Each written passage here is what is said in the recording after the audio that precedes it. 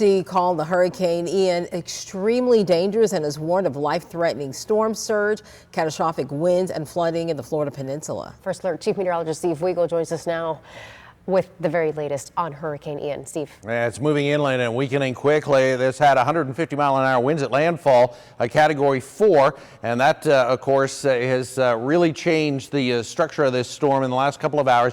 The eye, or what's left of it, is about 10 to 15 miles wide, and some of the strongest winds are on the northern side of it, now moving through Arcadia toward Lake Placid and the Sebring area, where we've seen over 60-mile-an-hour wind gusts. We're going to see some strong winds. They're already starting to pick up a bit around Okeechobee County, and especially Okeechobee, where they're so exposed on the northern side of the lake.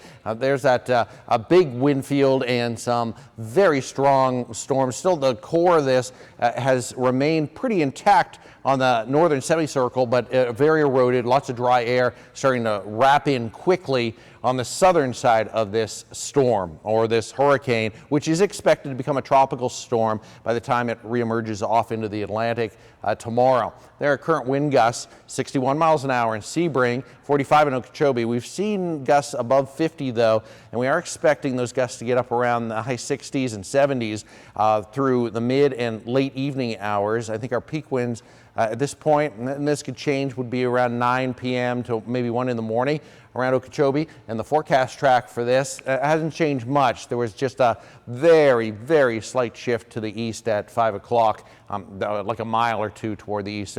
Pretty much irrelevant. So the track remains the same. The storm reemerges off into the Atlantic and then makes another landfall. That happens around Charleston on Friday. Long track here up into the North Atlantic. So there's the center of the storm, and we have these weather statements that have been coming out on dangerous winds accompanying this as it moves through. We're still getting those feeder band rains. There's not a lot going on right now, but still more possible through the evening and overnight. Now, the tornado watch has been discontinued for Palm Beach County, but continues on the Treasure Coast. As the storm moves closer, we could see some of those winds pick up, and especially in any storms that pop up and any rain cells, that they could have some little rotation with them and create a quick tornado. So that's something we'll watch. We have a hurricane warning for Okeechobee County, tropical storm warning for the Treasure Coast and also Palm Beach County.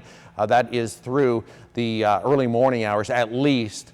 Likely discontinued tomorrow. So lots of watches, lots of warnings, and some gusty winds overnight.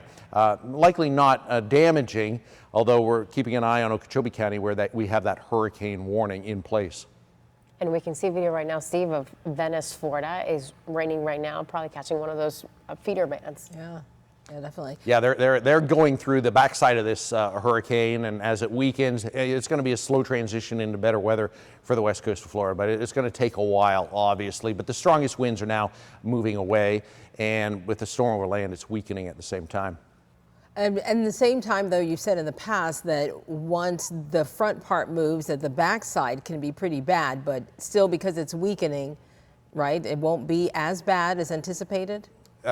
Well, it's actually bad on the northern side of this storm right now because it's holding intact. So there's an extreme wind warning in place, and we also have some special weather statements because the winds are potentially damaging still on the northern side of that eye wall. That's around Arcadia, headed towards Sebring, not into our area. Okay, for more on the local conditions, though.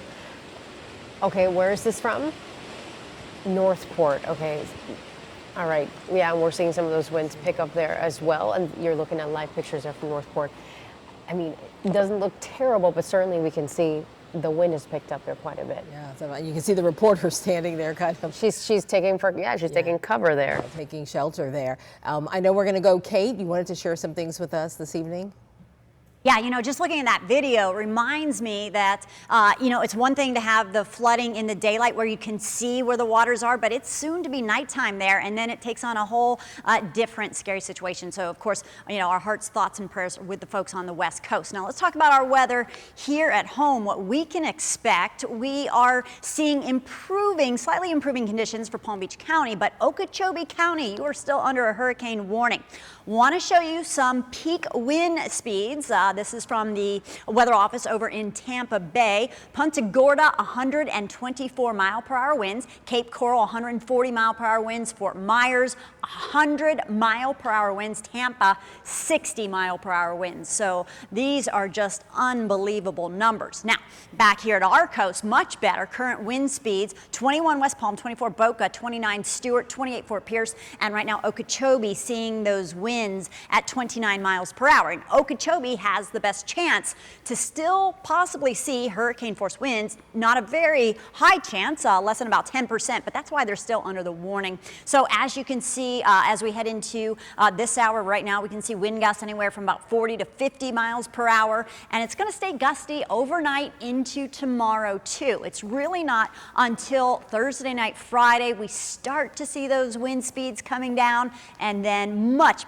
improved weather as we head into the weekend. Well, here's a live look from our downtown West Palm Beach camera. You can see the intercoastal looking ominous there. Winds 21 miles per hour. So on the radar, we just have some light rain now pushing into western Palm Beach County, some rain bands offshore, but Okeechobee, you're also getting some rain, and you're going to continue to see that rain moving through overnight. You can see this model. Here is the very heavy rain on the very western edge of the circulation of Ian, and there you can see that rain pushing through portions of Okeechobee County. There's a pretty good band that rolls through around 10 o'clock tonight. So like we like to say, we're not out of the woods yet. We need everyone just to be smart. You know, stay in, watch a movie. You don't want to be out there on the roads. It's going to be windy. There is going to be some localized flooding, and we want everybody to stay safe. And again, as Steve mentioned, out of the tornado watch for Palm Beach County, but the Treasure Coast, including Okeechobee, still under that tornado watch.